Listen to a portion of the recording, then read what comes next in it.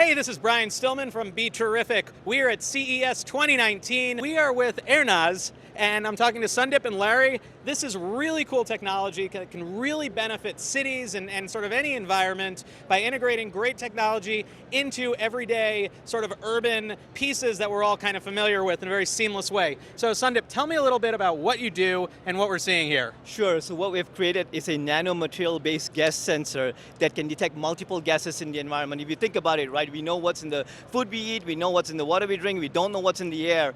And cities today are getting smart, they care about their citizens. It's important for them to give the information of how the quality of air is and what specific things can be done.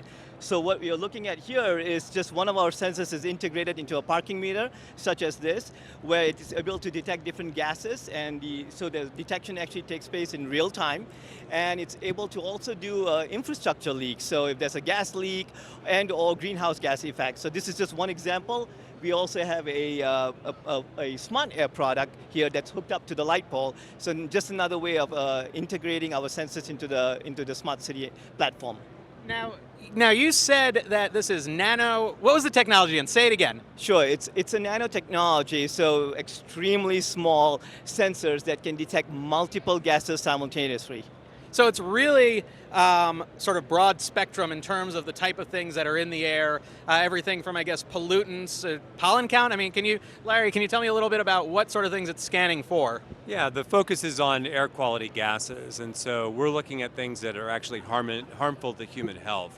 Some of our customers, for example, are using this to do research into the impact of air pollution on human health. So we're talking about major children's hospitals and universities, and today they know that these pollutants are having an impact on, for example, the developing fetus during pregnancy, but they really don't know, what are the levels of pollution, which chemicals, what phase of development. So our technology, when you think about the granularity and be able to detect on a block-by-block basis, or even in the home or in the car, all of a sudden you're able to really know what somebody is breathing and then factor that into the research that you're doing. So it's a pretty significant breakthrough.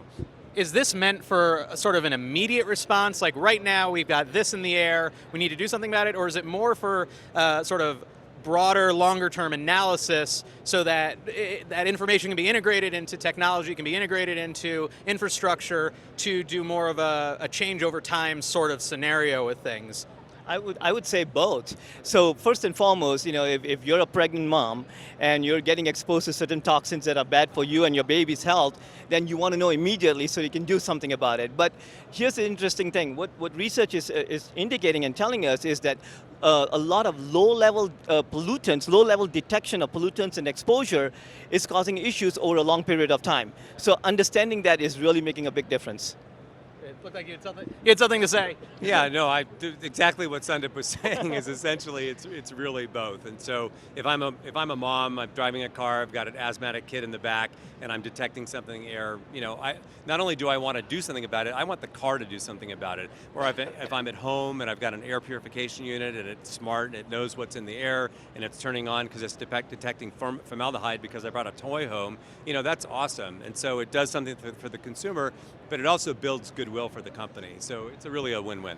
So right now you've got this technology integrated into things like parking meters, into lights, into other units. They're doing the analysis.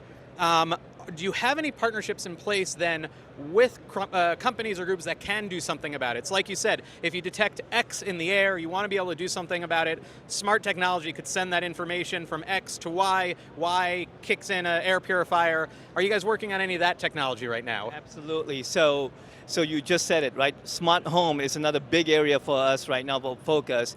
And so things like purification systems, HVAC systems, ventilation systems, we're working with partners right now, integration partners that are going to be deploying that later this year. So we're super psyched about that. So it detects a certain toxin in the air. It actually starts purifying the air. And then it also provides a report, right, on a daily basis. Like, this is what we're doing. This is what was detected. This is what was cleansed and purified. And, here's the health benefits to that.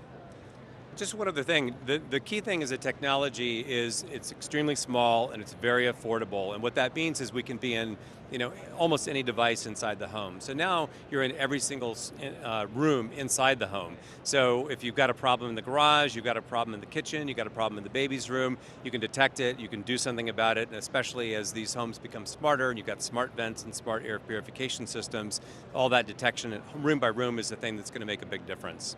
How wide is the coverage? Like, okay, so in this case, we've got one unit right here in this thing. So obviously the air passing through it. In a city, you'd have 300 parking meters all analyzing an area represented by 300, 400, whatever parking meters. What sort of volume of air, like how does it work? It's pulling, I saw the sensor you showed me, it's tiny. Right. So obviously, I don't want to know what the air quality is in one, square millimeter. I want to know what's going on in the entire room. How does it interpolate that data? How does it take that data and sort of expand it to represent useful information? Sure. So the nice thing about air is it diffuses really well, right? I mean, so, as long as it's in the environment and if it's going to be a health concern to you, the system, the unit is going to detect it. It's extremely sensitive. It's sensitive to the parts per billion. So 1 billion is, 1 part per billion is one blade of grass on a football field. So it's extremely sensitive. It will catch it. In addition to that, certain applications may have an active, like a fan that might be able to grab. So that particular unit may do something like that as well. What is the technology behind the sensor? So in other words, air goes in, it hits the sensor. What's it doing that allows it to pull all that information out of it to know what the pollutant might be?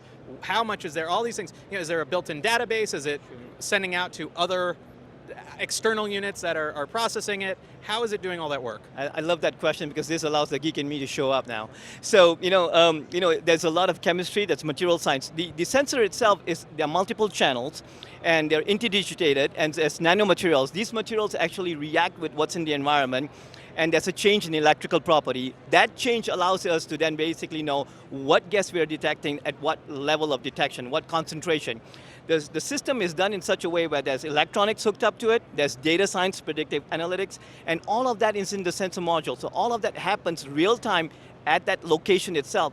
Now then it can go out to the cloud, it can go to a Bluetooth, it can go to Wi-Fi, and we can get the data out that way.